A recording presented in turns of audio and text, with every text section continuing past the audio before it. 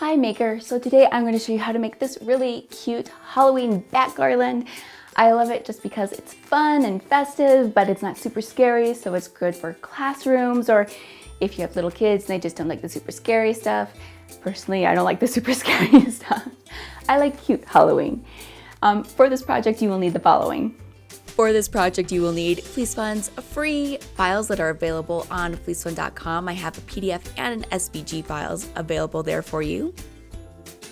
Black stiff felt sheets, a Cricut Maker or Explore Air 2, light grip mat, fabric grip mat, white everyday iron-on, large felt pom-poms in the colors of your choice, twine, embroidery floss or thin ribbon for stringing up the garland, and a large-eyed needle for stringing up the garland.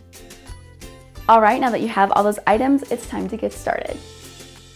Step 1, cut out the bats for the garland. Now, I am cutting this out on my Cricut Maker, but just so you know, I am including the PDF pattern so you can cut it out by hand if you choose to.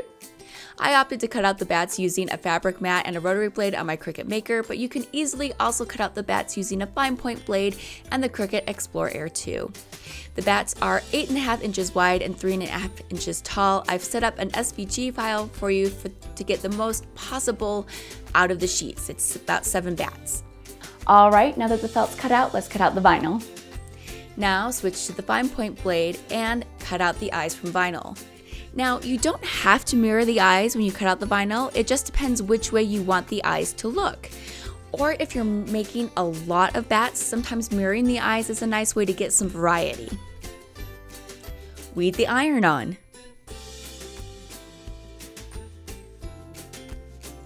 Okay, great. Let's add the vinyl to the bats. Step 2, add the eyes to the bats. I'm going to break a rule here and use heat transfer vinyl on acrylic felt. There are a couple of things you can do to prevent melting. 1, make sure you use parchment as a buffer so no part of the easy press touches the felt directly so it can't melt onto the iron.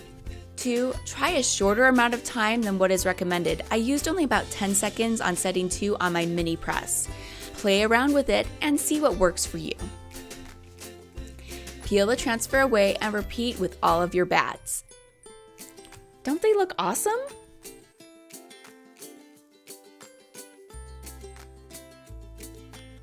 Okay, now I will tell you the bats just look cute. They look cute just strewn on the table, just separately. You don't necessarily have to put them in garland, but I like how it looks in the garland, so I'm going to show you how I did it. Step 3, string up the Halloween garland. Now it's time to string the bats together.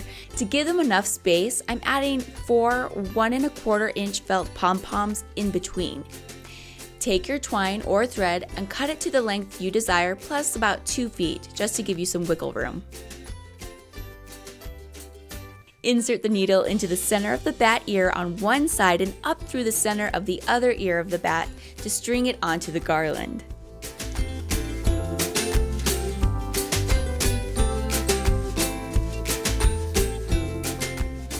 String pom-poms in between. Continue in a repeating pattern until you have filled your length of the string.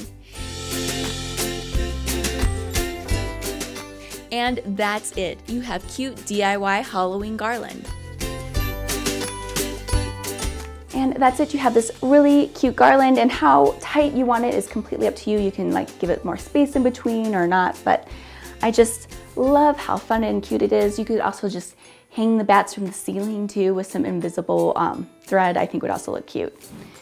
But love how this turned out. Looks so great. Perfect for Halloween.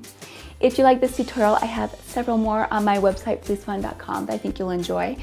All my patterns and tutorials are free. And the best part is I have multiple Halloween cute stuff that you can make, including a ton of costume patterns as well. Have a great day, Maker, and I will talk to you later. So cute. I want to suck your blood. Oh.